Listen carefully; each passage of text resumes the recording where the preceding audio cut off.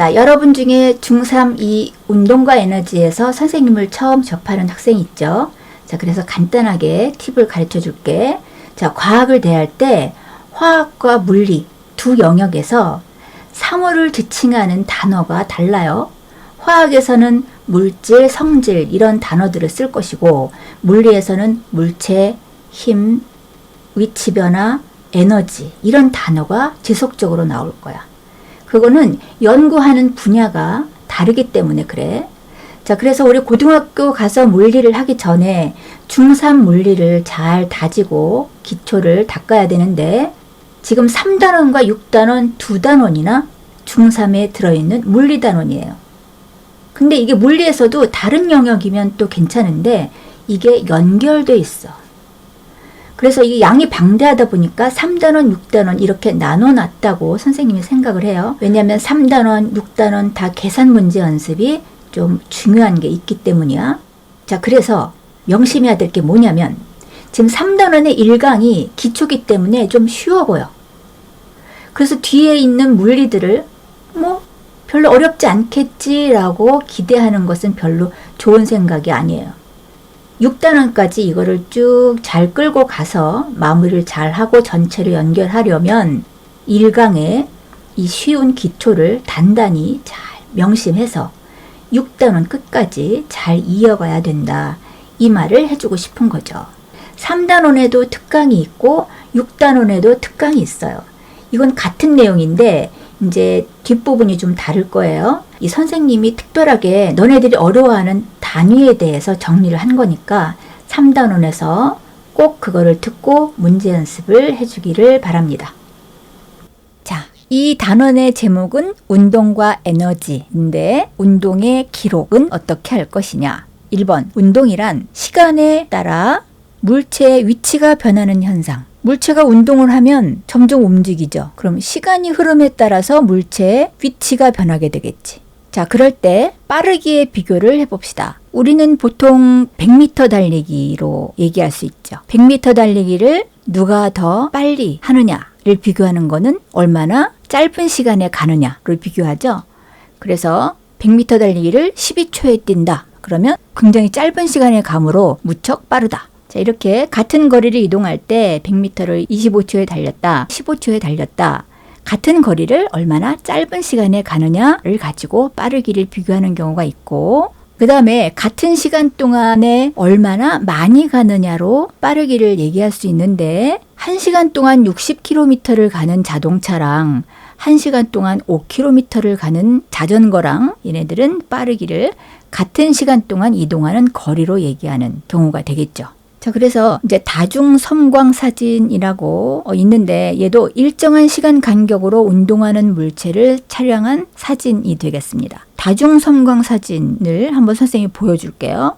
운동하는 물체는 굉장히 빠르잖아. 슉 하고 운동하는 물체를 0.1초, 0.01초의 간격으로 타타타타닥 하고 이제 같은 한 슬라이드에 움직이는 물체를 담아주는 다중, 여러 개라는 뜻을 표현하는 단어죠. 여러 개를 섬광, 한 슬라이드에 여러 개를 담아야 되기 때문에 한 번에 빵 하고 밝게 찍으면 안 돼. 어둡게 여러 개를 같이 합쳐서 빛의 밝기를 한 슬라이드의 밝기처럼 만들어내야 돼요.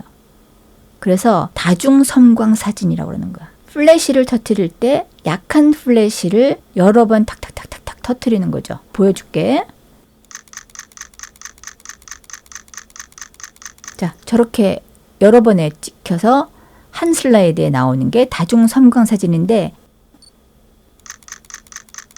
자, 이것도 운동 방향이 오른쪽으로 가는 어떤 물체를 다중 섬광 사진으로 보여준 건데 지금 셔터 사이의 간격이 똑같은 등속 운동을 하는 물체네. 그러면 짐작컨대 한 셔터 사이에 얘가 속력이 바뀌면 가는 거리가 달라지겠죠. 그럼 그걸 우리가 등속 운동이 아닌 물체는 뭔가 변화가 나타나겠지. 재밌는 사진이 나오겠네. 자, 그런 것들을 나중에 살펴보고 자, 2번 속력과 평균 속력에 대해서 한번 봅시다. 자, 속력이란 뭐냐? 물체가 단위 시간 동안 이동한 거리라고 하자. 그렇게 정의했는데 그러면 식은 어떻게 만들 것이냐? 속력은 단위 시간 동안 이동한 거리이기 때문에 전체 이동한 거리를 걸린 시간으로 나누자. 근데 영어로 velocity의 첫자를 따서 속력은 V라고 표시한다. 자, 그래서 속력은 전체 이동 거리를 걸린 시간으로 나눈 값으로 계산한다. 그래서 단위도 공식에서 나오죠. 거리를 시간으로 나누니까 거리 나누기 시간으로 만드는 미터 퍼 초, 킬로미터 퍼 아워 등이 있습니다. 실제로 이동하는 모습을 보자. 자, 집에서 학교를 지나서 문구점까지 가는 모습을 보니까 문구점까지 100m를 갔다가 학교를 다시 오면 40m를 돌아와야 되죠. 그러면 전체 이동 거리는 140m를 이동했고 이 운동의 변위는 그러니까 위치의 변화를 얘기하는 거지. 변위는 60m가 되는 거야. 이동 거리는 140m를 이동했는데 위치의 변화는 학교가 마지막 위치가 되기 때문에 즉 변위는 집부터 학교가 되는 거죠. 이제 중학교에서는 변위는 참고로만 알고 간단하게 공부를 할 거예요. 변위라는 값이 있다. 총 이동 거리는 140이다. 근데 걸린 시간이 얼마다. 그러면 그때 속력이 얼마냐. 뭐 이렇게 너무 복잡하지 않은 걸 우리가 생각을 할 거야. 자, 그럼 평균 속력은 뭐냐? 읽어봅시다. 속력이 변하는 운동은 평균 값으로 나타낼 수밖에 없는데 운동하는 도중에 속력 변화는 생각하지 말자. 속력이 막 변했을 때 그것까지는 물어보지 않겠다. 대신 전체 이동 거리를 그냥 시간이 얼마나 걸렸느냐 그걸로 그냥 나누어. 토끼와 거북이 보면 거북이는 꾸준하게 등속 운동했잖아. 토끼는 자다가 가다가 막 불규칙하게 갔잖아. 그럼 얘는 속력을 어떻게 해야 돼? 그냥 전체 간 거리를 걸린 시간으로 그냥 나눠버려. 그러면 꾸준하게 간 거북이처럼 평균적으로 그냥 얼마만한 속력으로 갔다라고 얘기할 수밖에 없잖아. 그런 속력을 평균 속력이라고 하는 거야. 그래서 전체 이동 거리를 걸린 시간으로 나누어서 구한 속력을 평균 속력이라고 하자. 자, 그러면 이번에는 평균 속력에 대한 문제 연습을 한번 해봅시다. 저기 동수가 있네. 자, 그림 보면서 들으세요. 12시에 동수는 집을 출발해서 2분 후에 학교에 도착하고 도서관에 책을 반납한 후 서점에 들러 집에 돌아온 것은 12시 40분이다. 지금 집에서 학교를 지나 서점에 들렸다가 집에 다시 돌아온 거죠. 자, 동수가 이동한 속력은 얼마였는가? 지금 불규칙하게 운동을 한 거야. 그러면서 총 거리와 총 걸린 시간을 가르쳐 주면서 이동한 속력을 물어봤어. 불규칙한 운동을 했으니까 12시에 가서 12시 40분에 왔다. 이게 필요한 값을 동그라미를 치면서 하세요. 결국 12시에 출발해서 12시 40분에 왔다는 거잖아.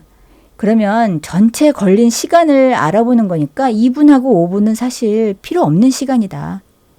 그러면 걸린 시간은 40분이고 총 거리는 얼마인지만 보면 되죠. 우리 집에서 서점까지 300m, 그 다음에 다시 돌아오는데 또 300m 걸렸으니까 총 거리는 그래서 600m를 40분으로 나눈다. 근데 미터 퍼 세크를 보통 쓴다 그랬으니까 2400초로 나누게 되는 거지. 그래서 600 나누기 2400으로 나누면 0.25 미터 퍼 세크가 평균 속력이다. 자, 여기서는 평균 속력을 구해라 라고 물어봤으니까 이제 우리가 지금 알아봤지만 나중에는 불규칙한 운동인지 평균 속력을 구하는지 알 수 없을 때가 있어. 스스로 우리가 알아내야 돼. 자, 이거 2학년 때 우리 전기화자기에서 오음의 법칙 외울 때 선생님은 이렇게 가르쳤어요. V는 IR을 가지고 전압은 전류 곱하기 저항이니까 V는 IR을 저렇게 기호로 외워서 R을 구하고 싶을 때는 I분의 V, I를 구하고 싶을 때는 R분의 V 이렇게 알고 싶은 자리만 가리면서 구하면 편하다라고 저렇게 가르쳤거든. 자, 그럼 우리 지금 속력 구하는 공식도 저거랑 똑같아. 속력은 시간분의 거리잖아. 저거를 써놓고 이용하면 굉장히 편해요. 즉 어떻게 하냐면 속력은 시간분의 이동거리야. 즉 전체 거리를 시간으로 나눠주면 단위 시간당 얼마만큼 가는지 빠르기를 나타내는 게 속력이다. 개념을 알았지만 거리는 속력 곱하기 시간이라는 거를 거, 속, 시, 거리는 속력 곱하기 시간이라는 저 공식을 가지고 첫자를 따서 거, 속, 시를 저렇게 써요. 그 다음에 시간을 알고 싶을 때는 시간 자리를 가리고 속력분의 거리로 계산하면 되는 거야. 속력을 알고 싶을 때는 속력 자리를 가리고 시간분의 거리로 계산을 하면 되는 거예요. 그래서 거속시, 거리는 속력 곱하기 시간, 요거를 외우는 게 더 좋다 이거지. 그래서 시간은 속력분의 거리, 속력은 시간분의 거리, 이렇게 해서 그때그때 계산을 하자.